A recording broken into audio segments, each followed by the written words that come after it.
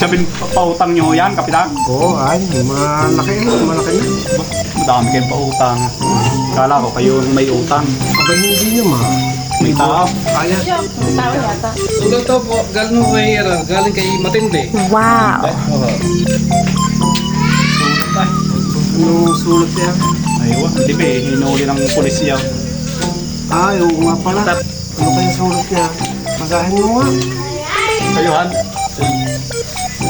Pauwi na rin ha, pauwi na. Ang isang pamilya namin ho. Ah, sige. Mahal kong kapamilya. Sumulat ako para ipaalam sa inyo na mamamaalam na ako. Siya. Hindi ko alam kung makakaligtas ako sa operasyong ito. At kung makaligtas man ako, para ito sa karangalan ng ating lahi. Kayo na ang bahala sa aking pamilya at sa aking vulcanizing shop. PS.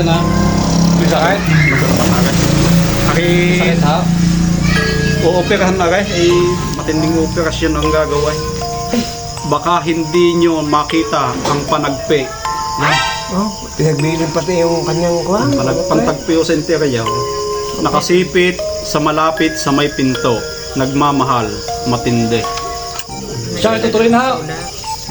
Marites din itong pagdala ng sulat na ito. Bakit may namamatay sa tulay?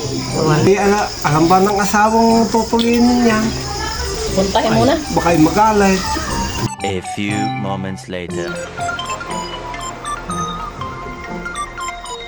Oo. Hello po, pwede po kay Kapswahe? Oo, ito na, ako na yan. Ay, tungkol po ito sa kay Matindi.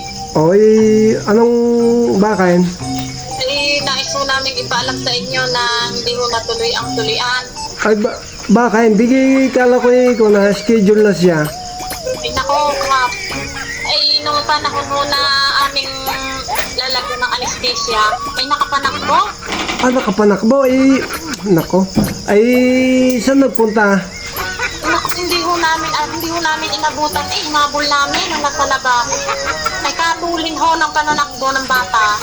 Nako, paano gagawin doon? Ay, siya ay pag makikita niyo diyan, inyong iparating din sa amin. At tinitingnan-tingnan din ho namin din sa paligid. Baka makikita. Ay, sige, aking pagtatanong-tanong din eh. Oho. Yeah, sige ho. At balitaan kami sa kung makikita ninyo diyan. Oh, salamat sa inyo. Sige ha. Salamat ha.